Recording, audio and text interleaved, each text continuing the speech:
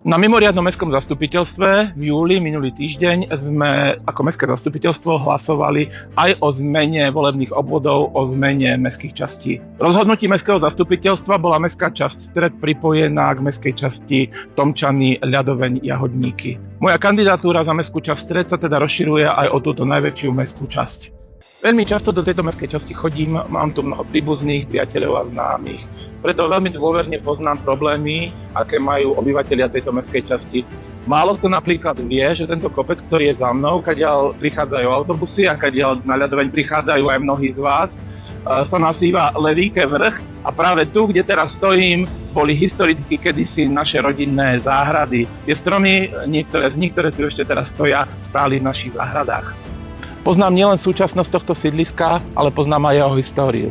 Práve tu, na starom jahodníckom cintoríne, ktorý je dnes súčasťou sídliska Ľadoveň, ležia moji predkovia. Sú to moji prastarí rodičia, ktorí kedysi v samostatnej obci Jahodníky žili a pred 100 rokmi sa presťahovali do centra mesta.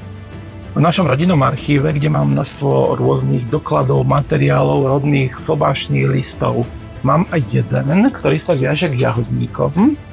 Mám tu tento doklad z obce Jahodník ešte vtedy z roku 1877 o narodení Márie Štál, to je sestra môjho starého otca.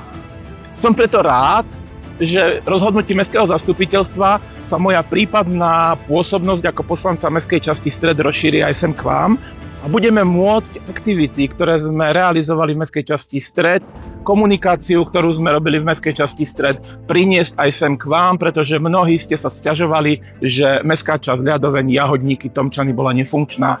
Takže v prípade zvolenia to, čo sme robili v centre, môžeme priniesť aj tu, do tejto mestskej časti. Teším sa.